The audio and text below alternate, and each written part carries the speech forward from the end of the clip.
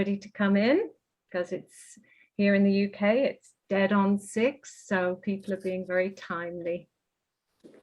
Lovely to see you all. And yeah, great. Okay. Oh, this venerable Rita's, yeah. A few different people. Great. Okay. Would you like to start, Michaela and Angela, or shall we? We're ready. We're ready when you are. Okay, great. So welcome everybody to FDCW's Compassion and Wisdom in Action conference.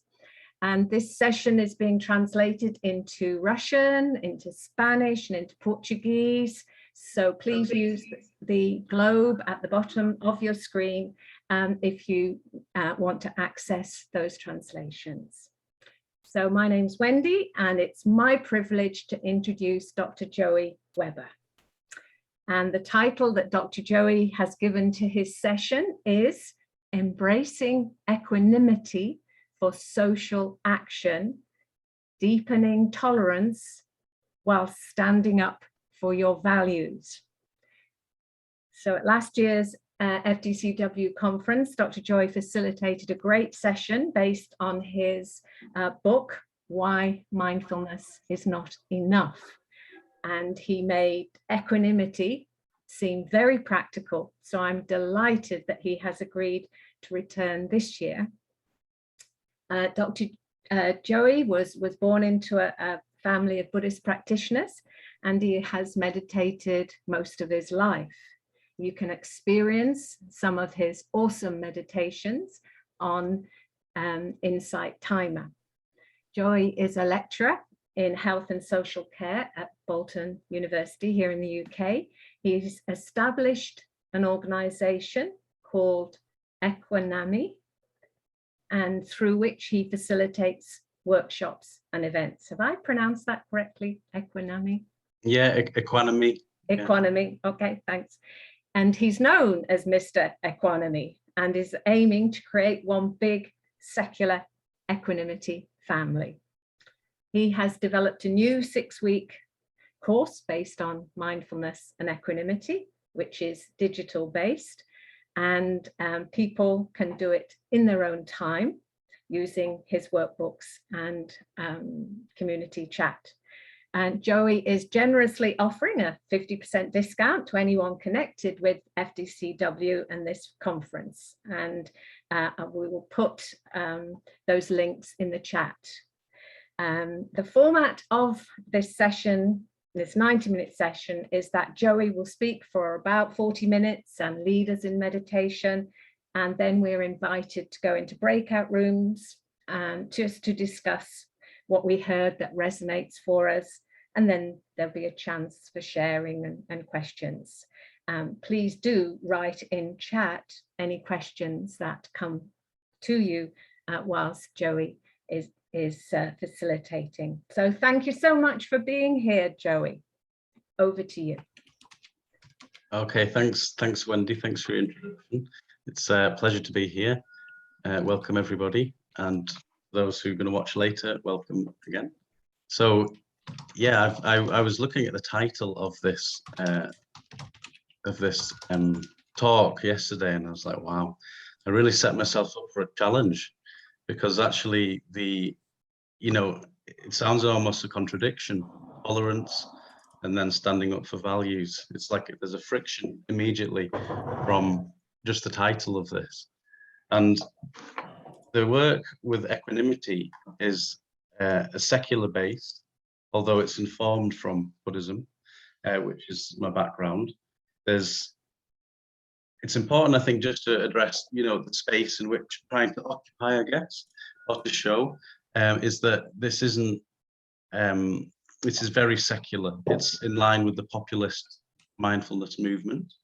When I began my PhD into barriers to equanimity, I noticed there wasn't much talk about it. There wasn't much literature. There wasn't much scientific discussion.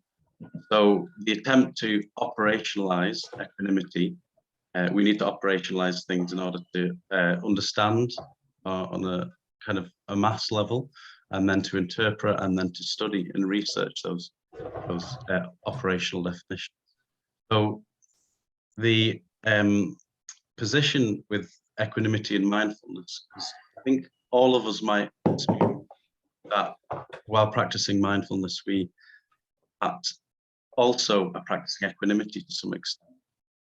And I don't think that's untrue, but I think that if we shine the torchlight more towards equanimity itself, then we can build this capacity within us is potentially as natural as mindfulness is to all of us. It's kind of a natural human capacity. Then I would predict that equanimity also is a natural human capacity that we can learn with wisdom, and then we can practice, we can apply its method, and we can enhance this method with meditation. And then ultimately that can open new territory into terms of how we relate to people and each other, and how the global, dynamics can work with each other. The significance of secular based is, as Dalai Lama mentioned in the opening speech, what I'm particularly interested in, because although we may come at the understanding of equanimity with different interpretations, which is great, that the attempt here is to make a kind of a universal recognized concept that is then able to be researched. And that's why mindfulness is so popular, has become so widespread, because it was very strongly highlighted via neuroscientific studies and different mental trainings and programs across the globe. So it's very much in line with that kind of ethos. There may be some religious understandings of equanimity that might be slightly different, of slightly different connotations. The attempt with these constructs was to combine and merge the different schools of Buddhism and offer a kind of universal look at this subject, which I believe is a significant subject to look at, because there is an increasing level of division, of polarity, of conflict, hatred around the globe. So the motivation behind this is to kind of universalize and secularize equanimity. So it started from me looking at the literature, seeing that mindfulness contains present moment orientation, attention, awareness, but it also has this other facet, which was more towards non-judgment and curiosity. It's more towards acceptance, and it's this kind of angle that I think equanimity is more aligned to, that then brings it differently. Essentially, I wasn't convinced that non-judgment and acceptance was the same as equanimity. Where I struggle with the term non-judgment is, I think it's an oxymoron, that we're all naturally very judgmental. And so to be non-judgmental is asking an awful lot. It's asking almost an unhuman capacity without training, because we are judgment beings.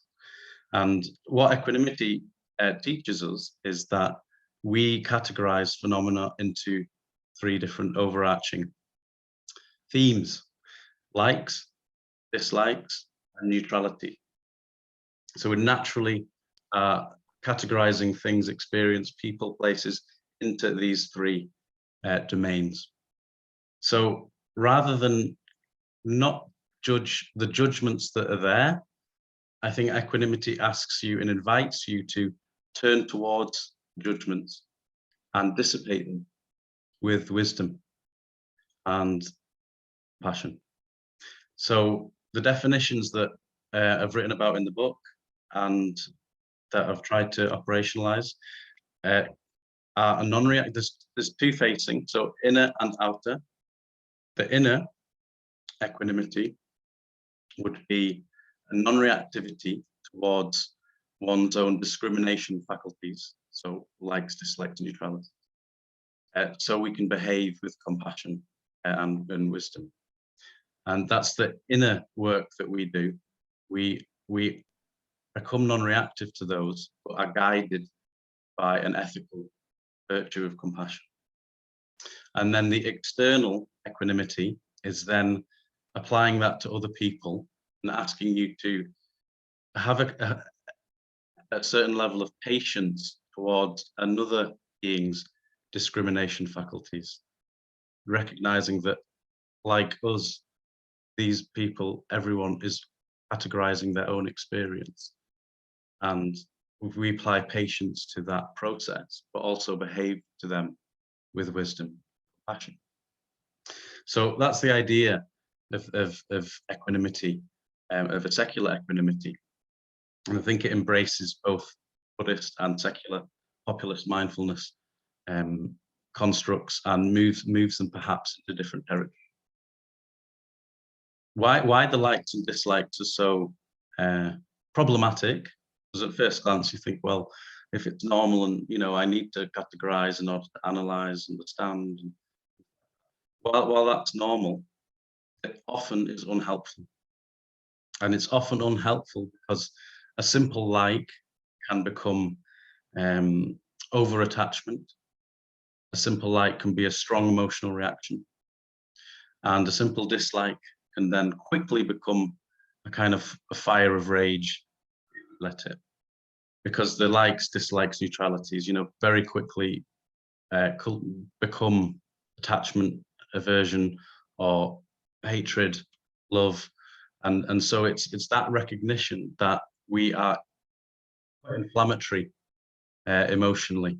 And unless we enjoy being dragged pillar to post by these emotions, we need to apply some form of pacifyingness towards our own sense of self in order to then behave with a bit of wisdom and kindness, compassion, etc.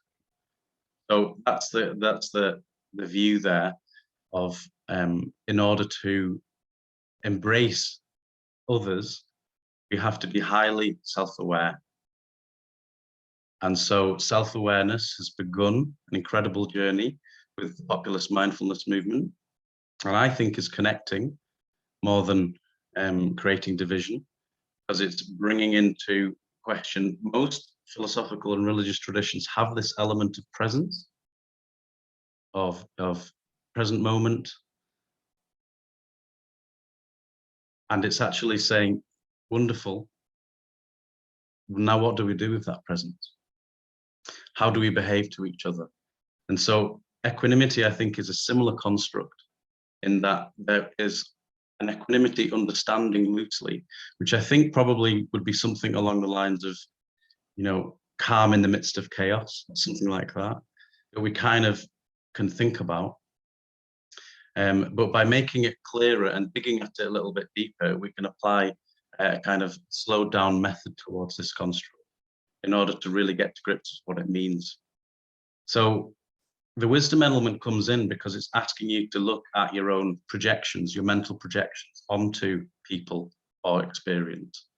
So that is wisdom in itself, and that's contextual wisdom. So it's a recognition of why you are liking something, why you are disliking something, why you are finding something neutral, all related to the construct of self. And lots of prior research into self-construct shows us that there is a lot of conditioning that brings into being the sense of self. From a Buddhist teachings around the ego and emptiness, etc. And also from Western sciences, there's an idea of a healthy self-construct. But what we're aware with this research is that the self is made up of lots of different conditions. As we're born, come into the universe, we've immediately carry dislikes and likes towards the research on babies and things like that show that babies are different. So we come into the world different. We're all geared up differently. Some people can call it DNA, biological factors. Some people can call it given from God. Some people can say this is karmic, depending on previous life and habits. But there's a recognition there that even as a young baby child, we have our own projections into our reality. The next layer, so to speak, is the social conditioning. It doesn't take much analysis to work out that our own conditioning, predominantly from early carers, parents perhaps, we're lucky, maybe carers, that have been involved with us, educating us, teaching us their values. And then school, the school system we're in, the education, our peers, it all molds into a kind of an extra layer of self that we then identify with immediately going, what's socially acceptable.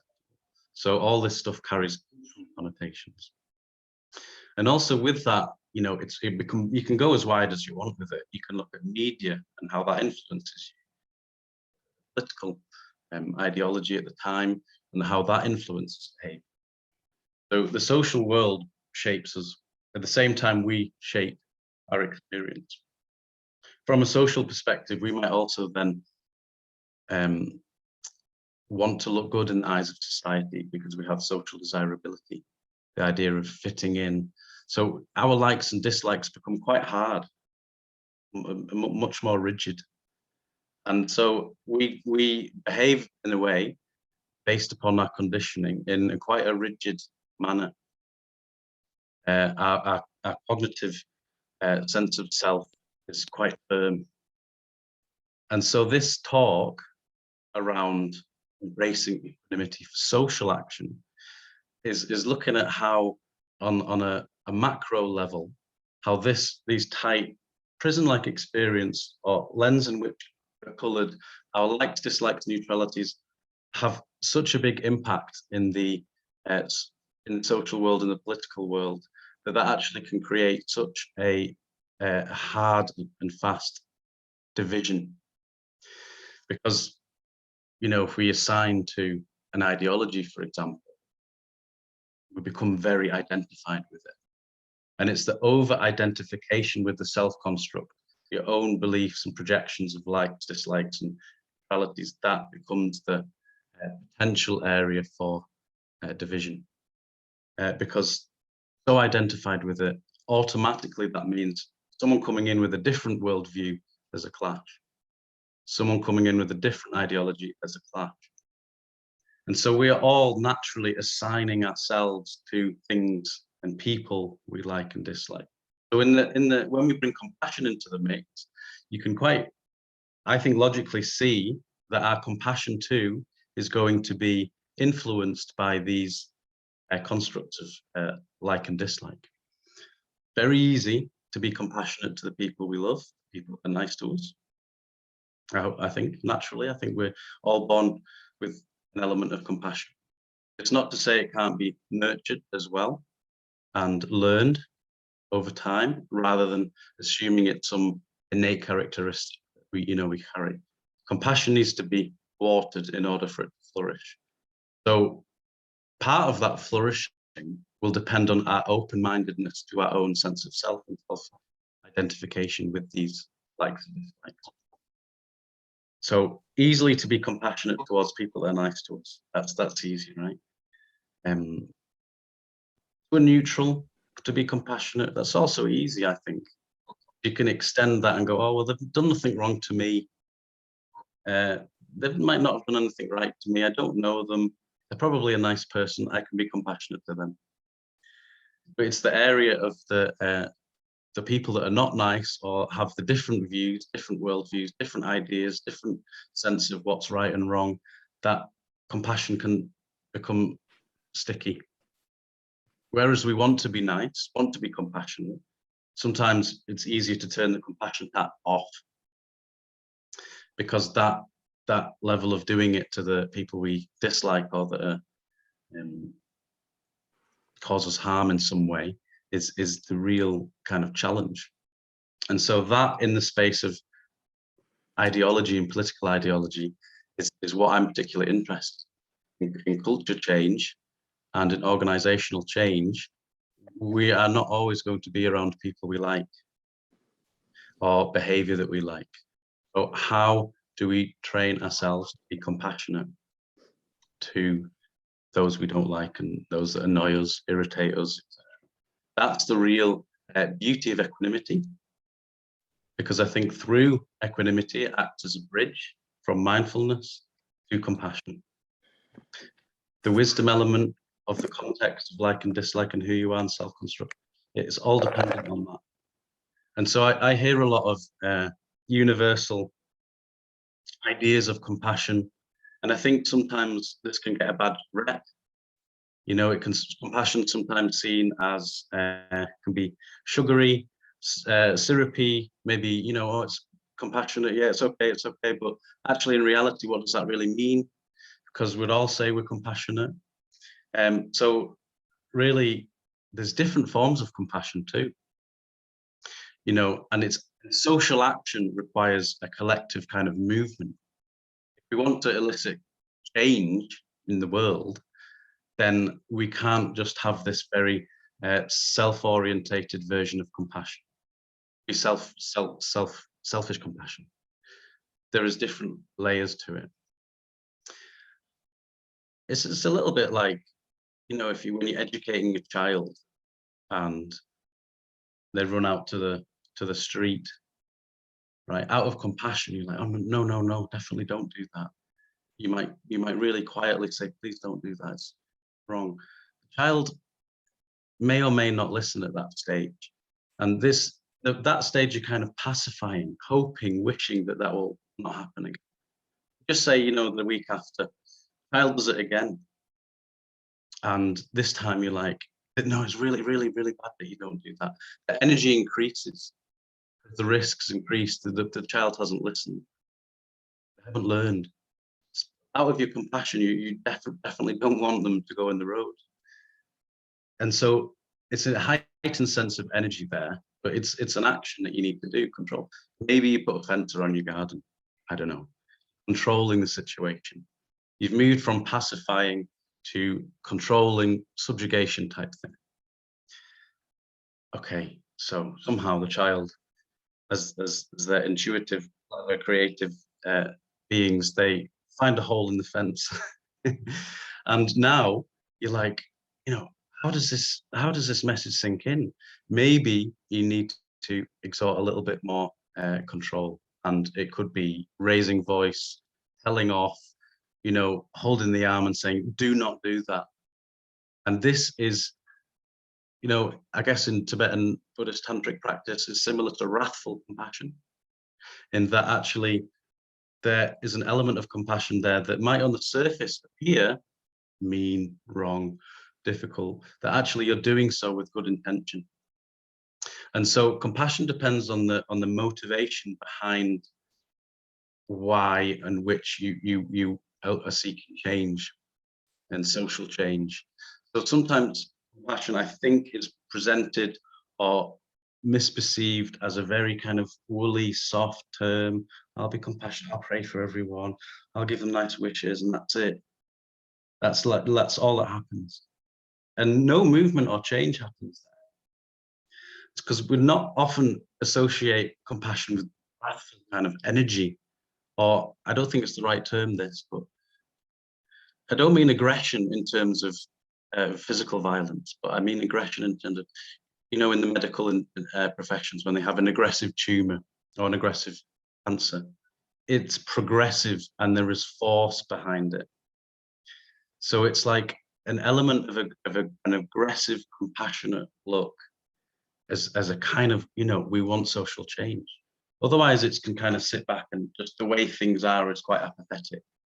And I think there's an increasing apathy in the planet, increasing kind of, oh, I'm not into politics. Oh, they're all as bad as each other. I'll stay out of it. I wish everyone compassion, but from a social change perspective, not a lot's happening. And so I'm particularly interested in moving organizations and, you know, eliciting a wider change. It starts with equanimity, but it also starts with a different outlook on compassion. Because on the social level, on the activist level, on the protest level, etc., things need to always be changed. And in the world today, poverty is increasing, elite rich are getting wealthier. There is absolute widespread socioeconomic disparity all over the world. And, there's many good people saying, oh no, we need to be compassionate, we need to be compassionate. But how that's translated into actual social action sometimes is there's a gap missing. And there's lots of organizations that, really try and elicit change. But what I'm kind of saying here and talking about is how we use equanimity as the pivot for that. Equanimity in social action, awareness of your own values, increases your tolerance towards others. But when there is someone that directly opposes us, we can attend to that person with deepening patience. But it doesn't mean that we do so apathetically. If that's the case, then there's a limit going on. And so it's fascinating to explore the idea of mindfulness, now a social movement, but also mindfulness is not without flaws by itself. It could become selfish. Studies of mindful snipers. Ethics is sometimes a little bit missing.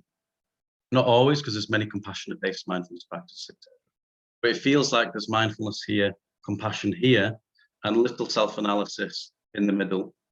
So we're asking people to almost leap into being complete compassionate, being unconditional love, with no training what that condition means or the unconditional means.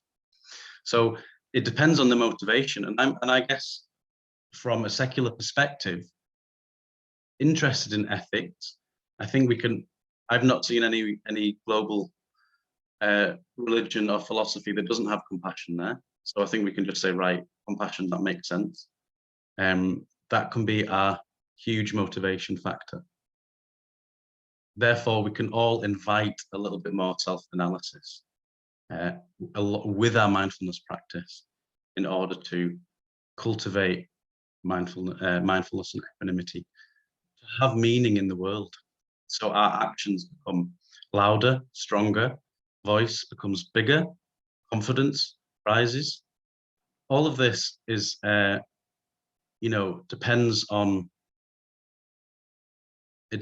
our relationship with our own sense of self.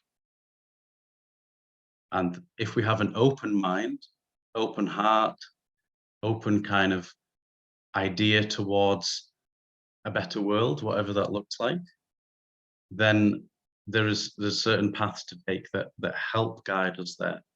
And I really do believe that equanimity is one of those. I guess you could look at it like mindfulness cog within us is turned when we practice attention and awareness. This might naturally turn a compassionate cog. But also it predominantly turns the stability and the mental stability. Now in Buddhist teachings, it's, you need the mindfulness there, you need the mental stability. Then there's a whole host of other trainings and mental trainings to go through.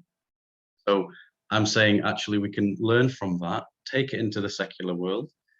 We need the mental stability, but just by turning the mindfulness cog doesn't automatically turn our equanimity cog to the fullest extent. A, because there's not a recognized universal definition. B, because everyone's perception of equanimity is changing. And C, because without the understanding of equanimity, then there is little kind of help given towards trying to break down your own barriers towards it. There's much research around fears of compassion and, being over empathic and some of the negative stuff that can bring. So I think equanimity is like the mediator for healthy emotional regulation, which is healthy for the idea of cultivating qualities like compassion, and I'm sure other ethical virtues that have been discussed in this conference would also fit in with that. I watched one on kindness, and it was, you know, sometimes kindness is can be diluted. Sometimes self-compassion can be so self-orientated, it can be self-indulgence. The view of a wider kind of macro outlook is that we're doing these things for some form of, I guess, mental transformation. Some kind of like, you know, I wish to be ultimately happier, or I wish to be more complete. That long-term vision, you know, needs assistance along the way.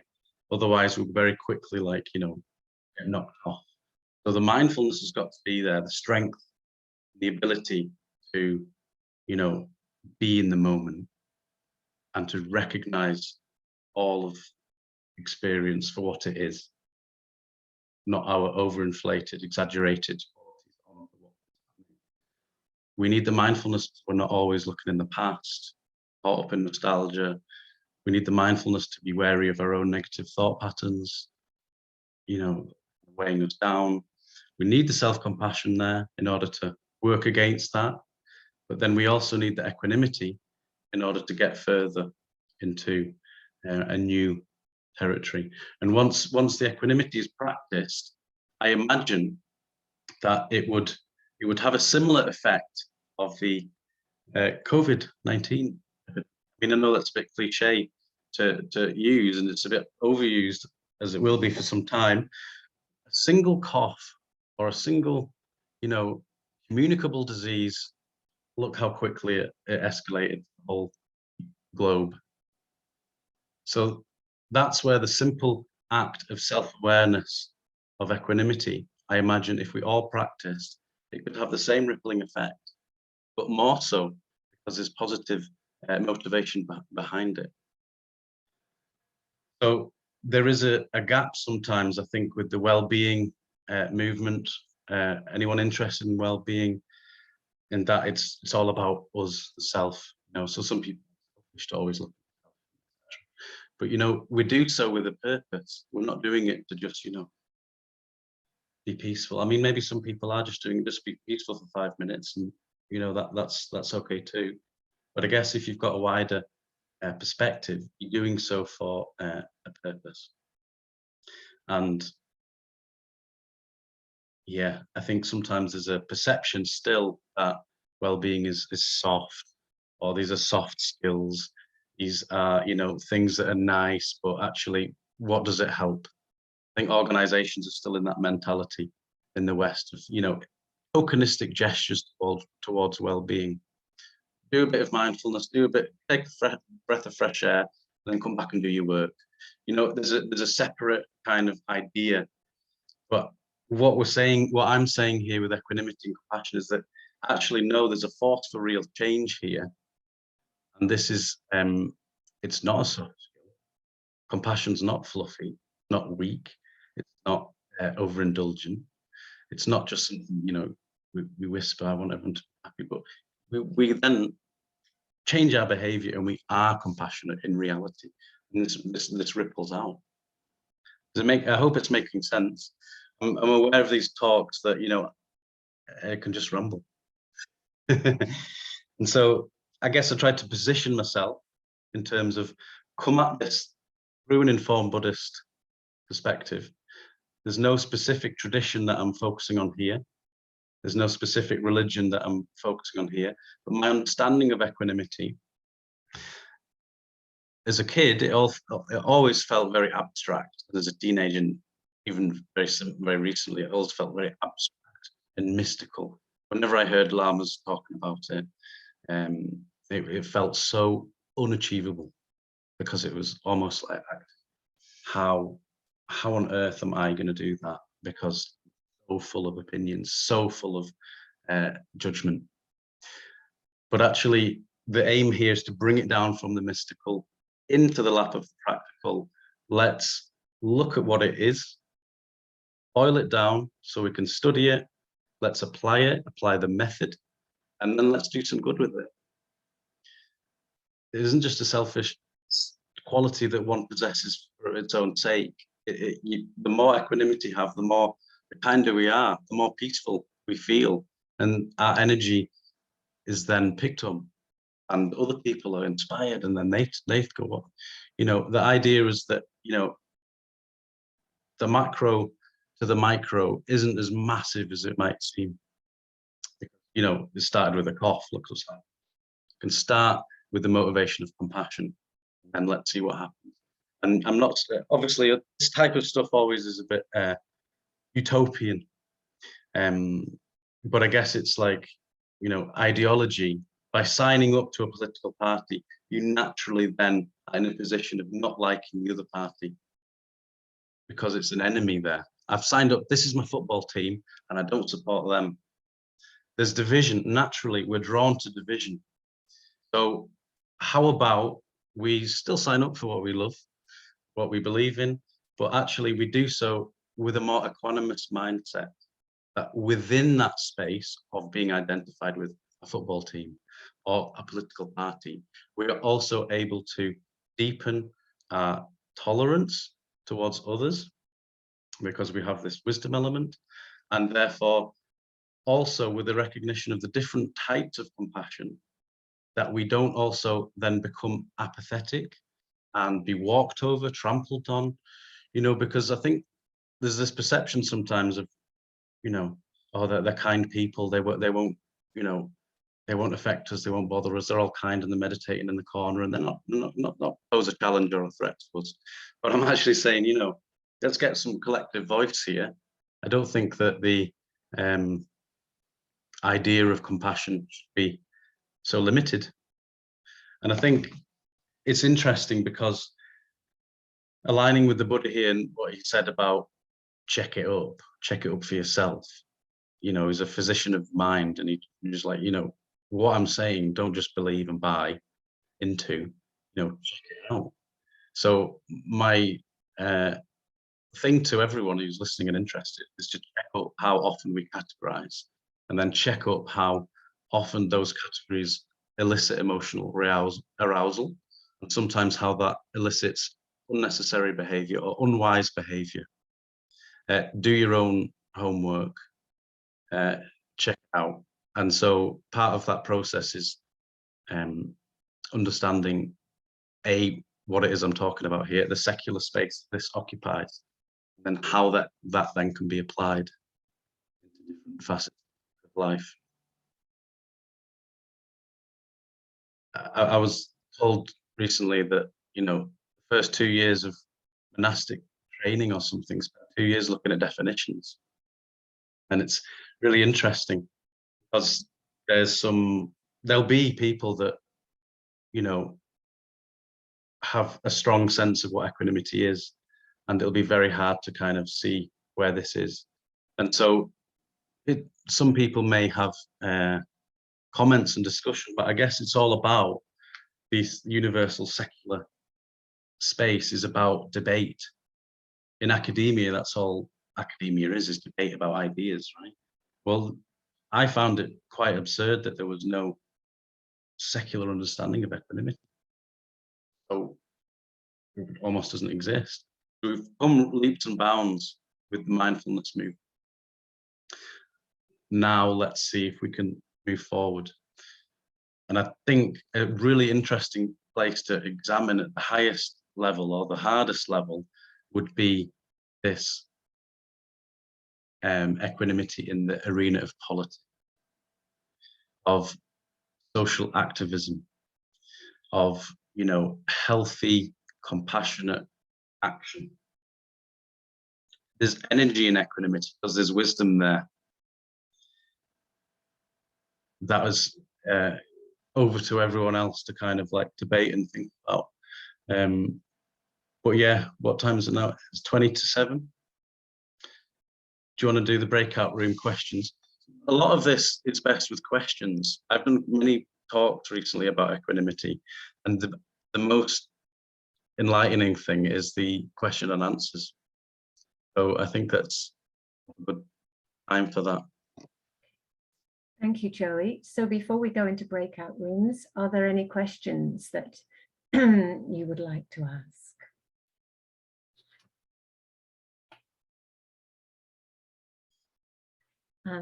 Tenzin Venerable Cherokee, thank you. Hey, Joey. Good Hi. to see you. Hi.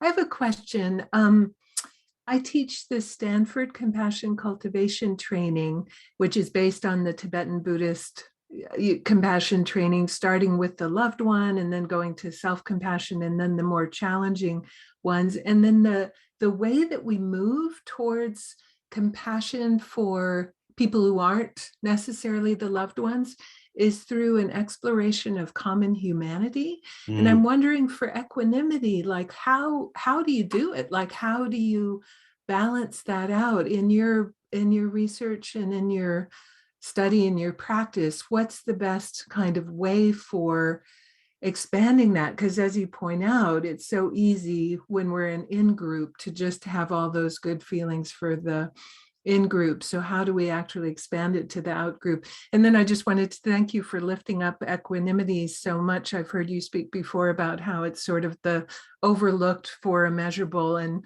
how powerful it can be. So I found your research really amazing for doing that. Yeah, thank you. Oh, thank you. That's a good question. Yeah. So,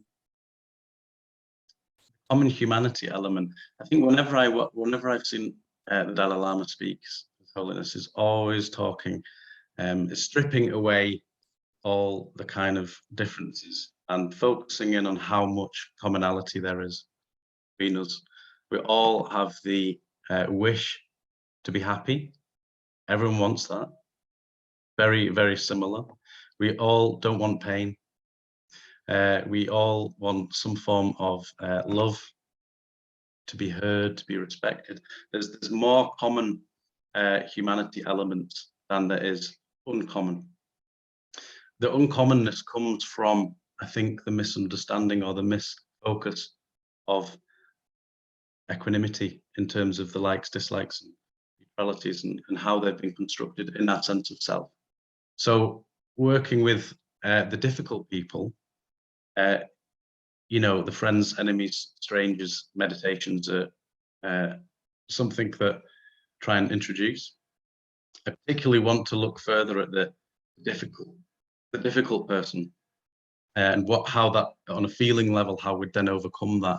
Because I think there's other skills that are needed there, such as, you know, our fear of compassion, or it might be the fact that we have trauma, post-trauma. And I think sometimes we think when we do the meditation, we have someone so extreme there that, you know, it creates a lot of fear and it's inability to do so.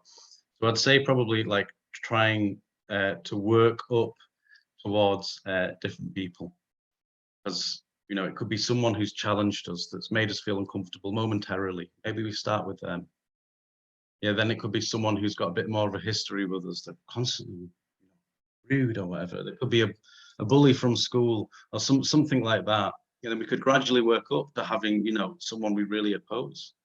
It could be politically or something that actually we really like kind of completely contradicts and don't clash there. I think we can still work with that space. Ultimately, when we're meditating, although we are doing that to them energetically, I guess, to some extent, we're first and foremost practicing our own.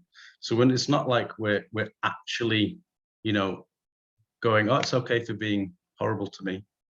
You know, it's okay for doing that. We're not giving it acceptance and going, oh, it's okay. We're actually, you know, developing a deeper sense of tolerance for people and also understanding our own context in relation to that.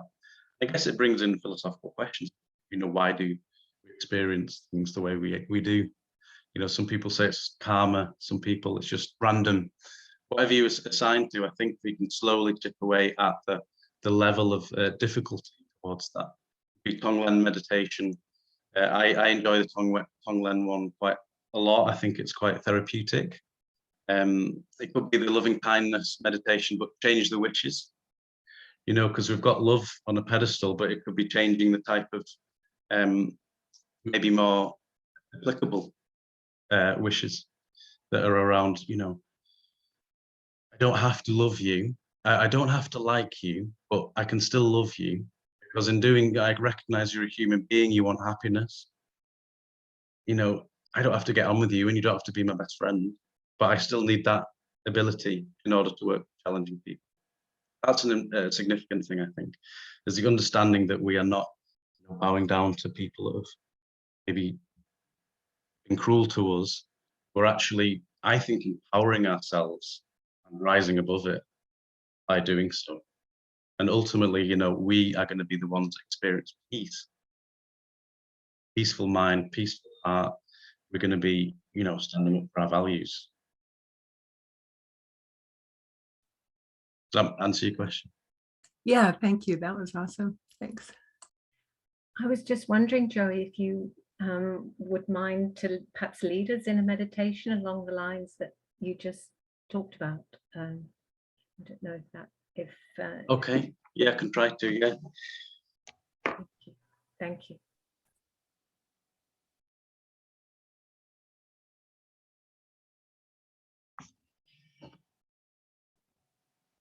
So I've tried a lot of Tonglen meditations and equanimity, loving kindness type meditations. The idea of equalizing people, all coming from the same thing. So I think I'm going to try now, because I've never done it. I've heard about it. Is using one person and observing how that person changes space in your life. I know it's also a Tibetan meditation, but I think what I'll do is we'll begin a meditation, then I'll bring the same person in, and I'll kind of a story about this person, and just notice how we change perceptions and feeling in relation to this person. So yeah, if you want to get on board with this, then find a comfortable posture. Could be cross-legged, could be on the chair, be on your bed, lying down, and take some deep breaths through the nostrils.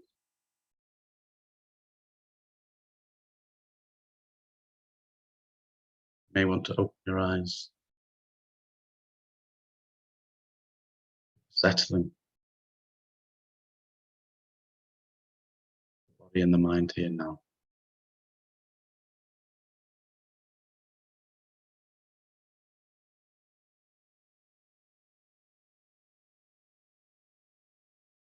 Now allowing yourself to breathe normal, allowing the lungs to do the work. You don't need to control your breathing.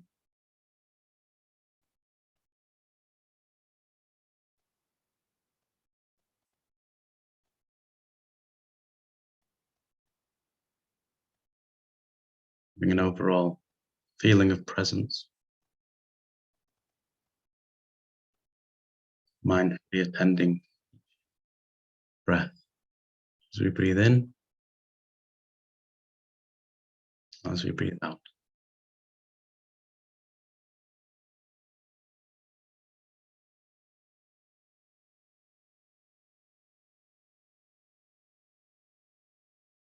Perhaps noticing the cool dryness of the air as we inhale, and the warm, moisture sensation we exhale.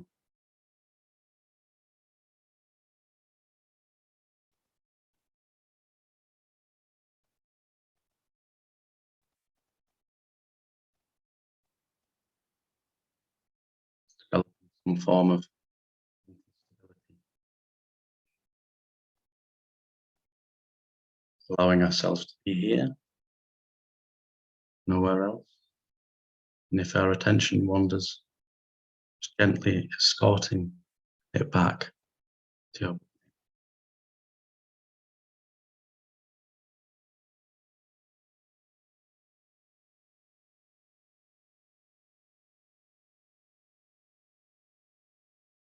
So I want you to imagine now, sitting in front of you, 1 or 2 meters away, just the outline of a person.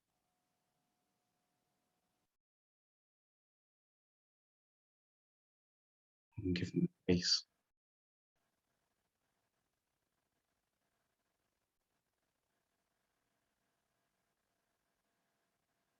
This person's been very kind to you. You would call them a friend. Always smiling when they see you. Giving, always there in times of need.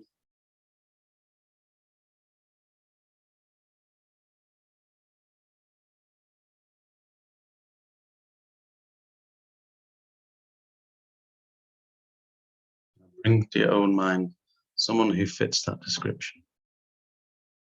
Someone you know personally. It's for you.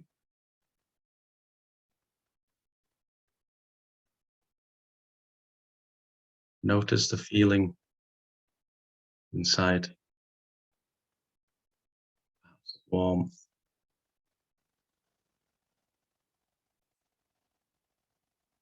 Fondness. Of love.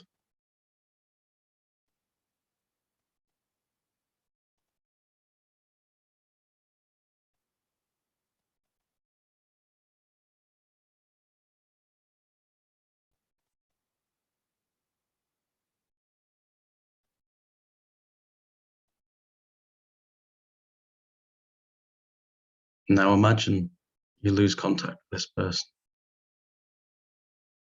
In many years, you've not talked. You've stopped responding to your messages, emails. Didn't come to your social events. Become estranged.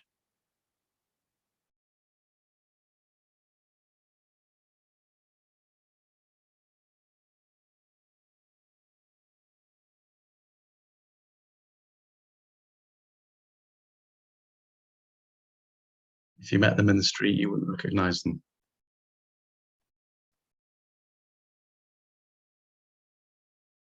Now just notice the feeling that this changes into.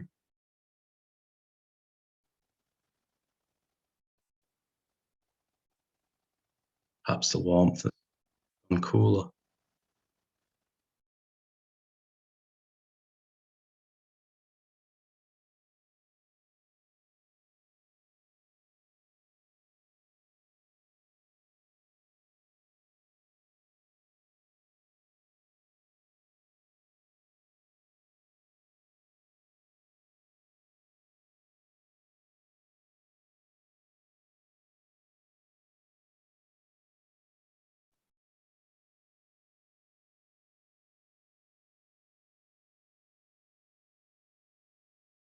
Now imagine this person a few years later takes on a different role.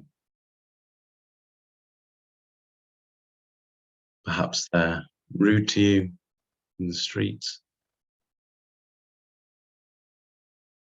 Have signed up to a party that you detest. Perhaps they revoke you in public and talk badly of you.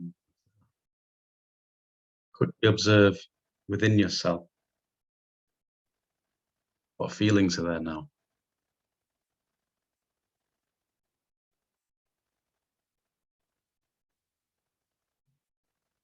Is there any warmth?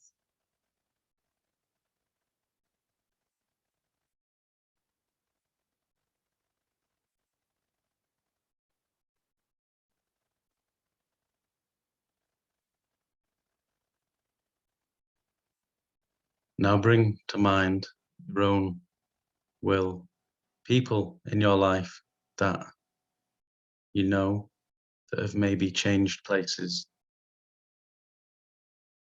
Maybe your best friend at school. Maybe you've lost contact. Maybe observing when you've had an argument with them.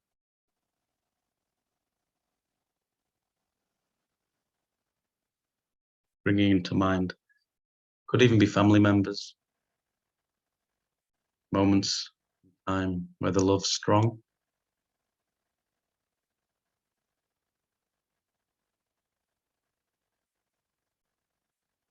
perhaps large chunks of time in which there's little to no relationship.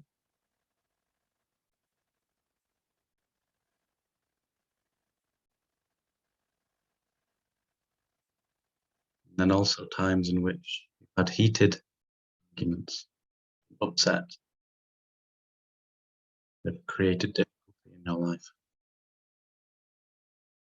Just observing how people, the same person, can occupy different space over the course of a lifetime.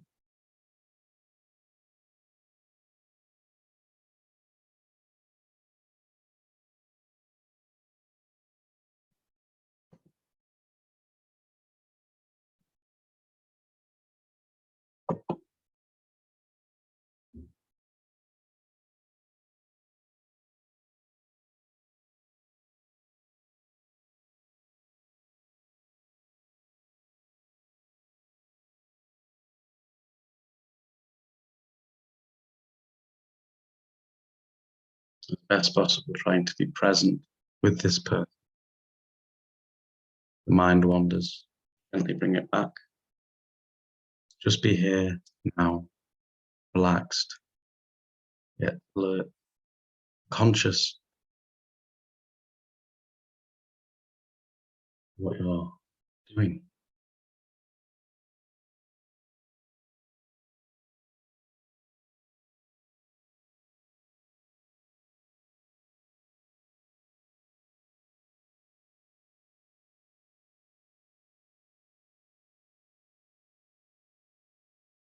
Things are too difficult, perhaps change the level of intensity of when they go in the zone of dislike. Just get a general sense that even people you know, or it could be loved ones, partners, girlfriends, husbands, sometimes they change place.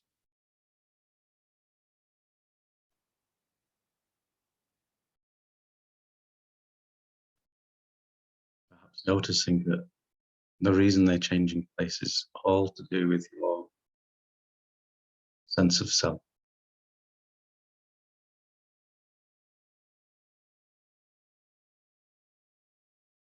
And perhaps now with the wisdom of equanimity, we can extend some wishes to the person, understanding that they want happiness, that their behavior has been fueled by their categorization.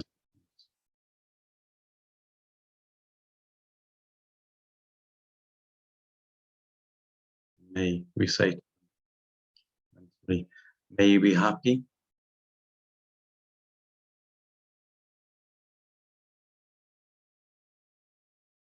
may you be peaceful,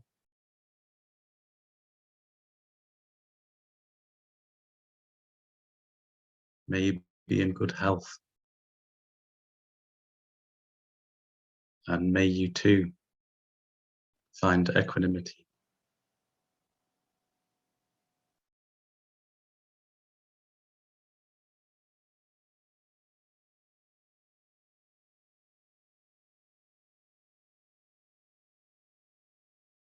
May you be happy,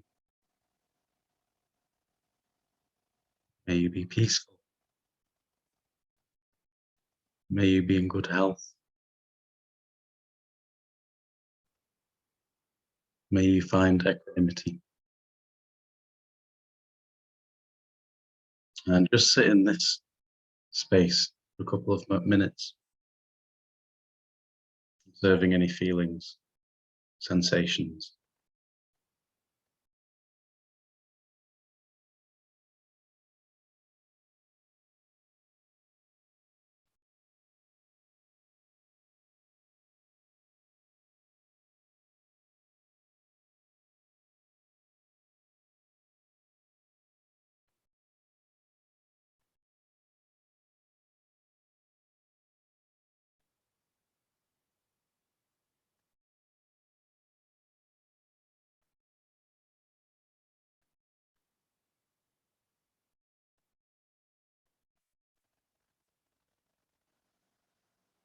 Now allow this person to go from your mind's eye and replace your attention and awareness back into your breathing.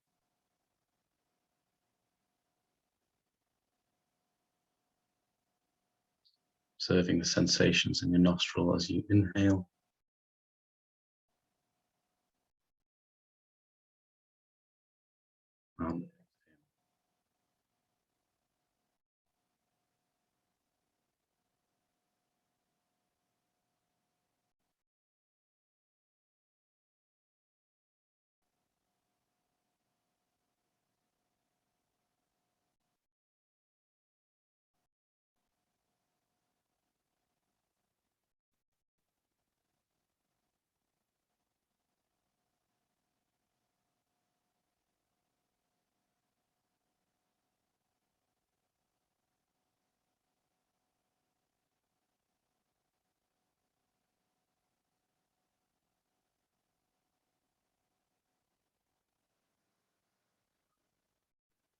And when you're ready, you can open your eyes or leave them open and return to this space and the meditation.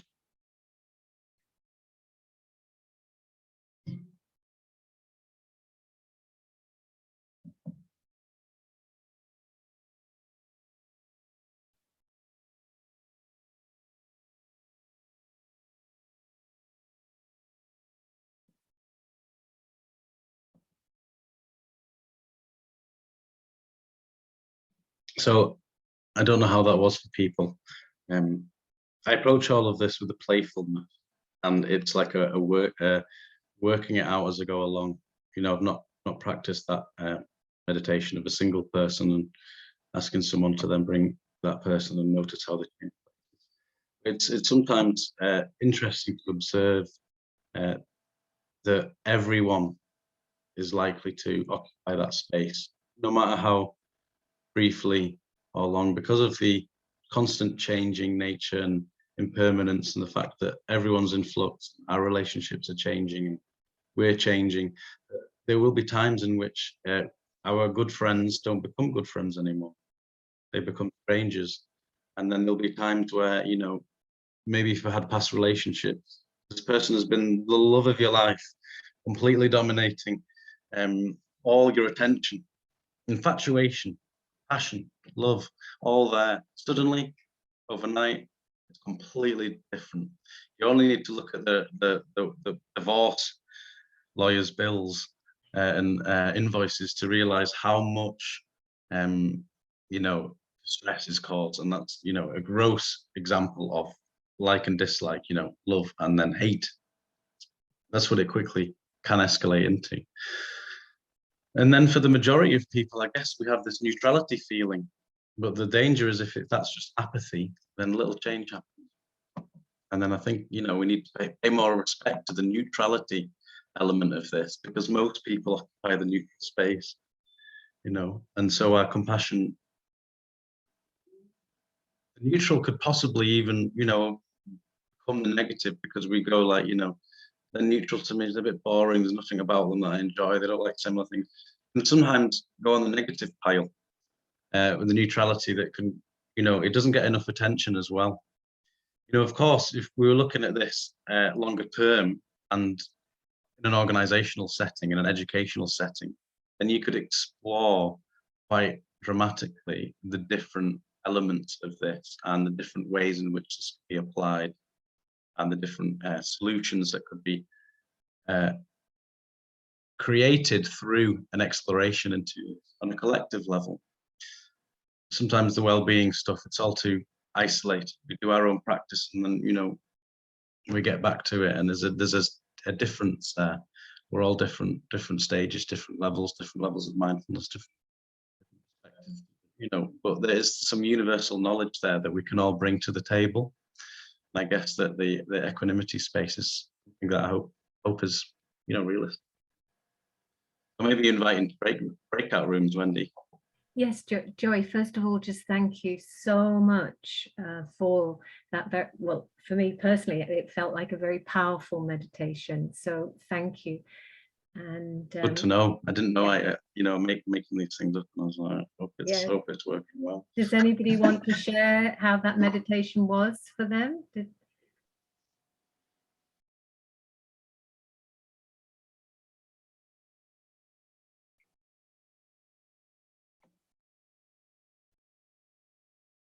Okay, so we invite you now, if you wish to go into breakout rooms. I think you would need to indicate if you want to be in a Russian breakout room or a Spanish or Portuguese, although perhaps Michaela and Angela have got that sorted.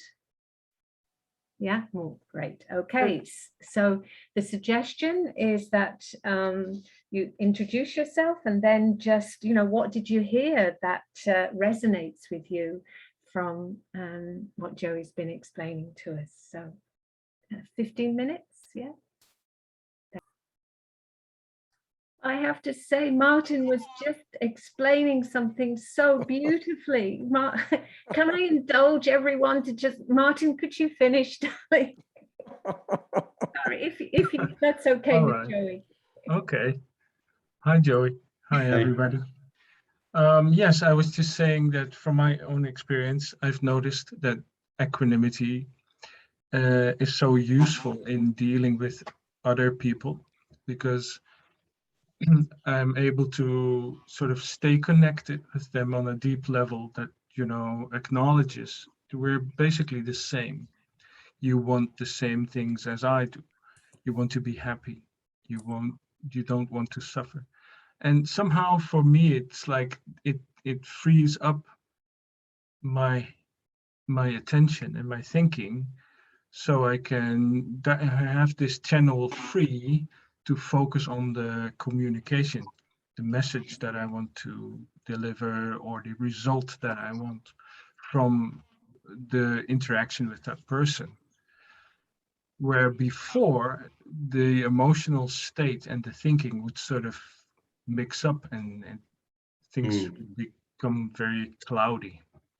So somehow it helps me to clear my head and stay focused on what I want to achieve from the interaction.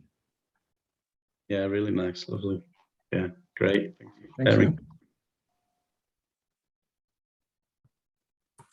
I wonder if anybody has a specific question for Joey.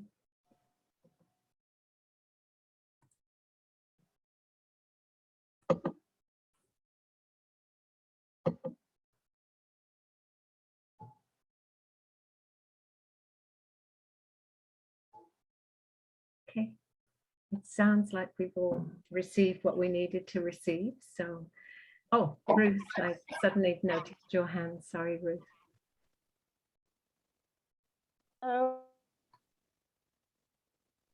Yeah, a question. Hi, Joey. Thank you very much. Hi. I was just wondering, how do you think you have the most from the vast study of equanimity that you've done? Your biggest benefit has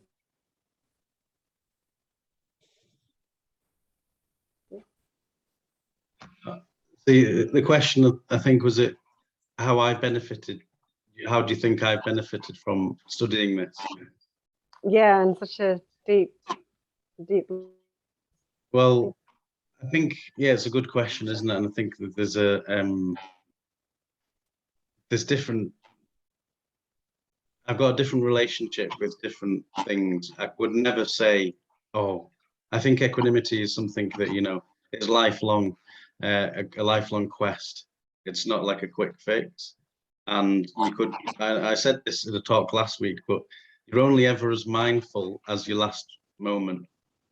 And it's the same with equanimity I could be quite equanimous in a particular context towards a particular person, because I'm quite mindful then, and I've slept well and I'm feeling great. But in other situations, I can be obviously, like, human emotions so strong, completely, unequanimous. So perhaps more sense of a peacefulness for majority, I guess, perhaps, but definitely times in which, you know, still majorly unequanimous at times, you know, and then it comes in, oh, am I a fraud or an imposter? Because I'm like talking about this and presenting myself as calm and Mr. Equanimity, and, you know, actually I can be completely opposite many times. And then I think that's just the same as the whole mindfulness thing, is we can't, you know, say we've got it and achieved it, because it's a lifelong practice. So I guess it helped pacify certain situations. I now look at things and always revert back to an equanimous understanding of it and my context in that. But, you know, in terms of the real work about the close relationship between thought, arousal, and then emotion, you know, sometimes I'm completely opposite. So it varies. Yeah.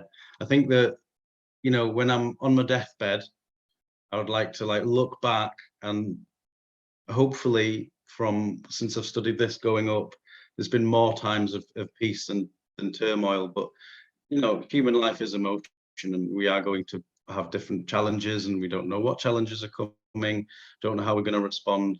But the way I see it is that this creates mental protection. This is actually resilience too. So mental protection and resilience against whatever happens. So, you know, hopefully I'm protected in certain contexts, but in others there'll be more work needed, loads more work. Yeah. That's a wonderful pearl of wisdom to take away with us. So Joey, thank you so much for this wonderful, rich session, for sharing your presence, your wisdom, your research, your experience with us so clearly. Thank you.